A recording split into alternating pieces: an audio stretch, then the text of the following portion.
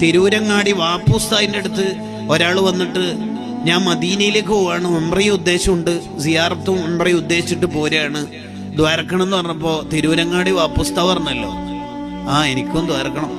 പിന്നെ മദീനയിൽ അസ്സലാത്തു വസ്സലാമു അലൈക യാ റസൂലല്ലാഹ് എന്ന് എൻ്റെ ഒരു സലാം പറയണം. സലാം പറയണം കേട്ടോ. എന്നെ അറിയും പറഞ്ഞാൽ മതി. എന്നെ അറിയും. അറിയോ? നമ്മളെയൊക്കെ അറിയോ?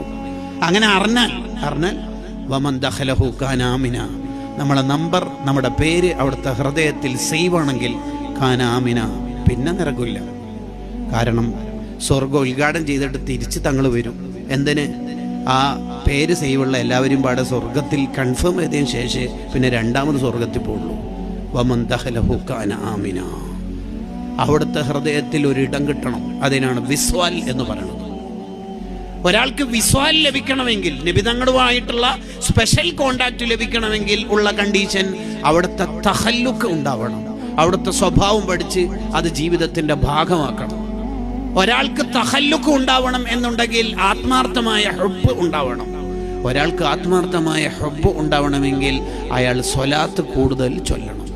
ഒരാൾക്ക് സ്വലാത്ത് കൂടുതൽ ചൊല്ലാൻ തോന്നണമെങ്കിൽ ഉള്ള് പുറം ആയിട്ട് ഉള്ള് നല്ല ശുദ്ധി വേണം.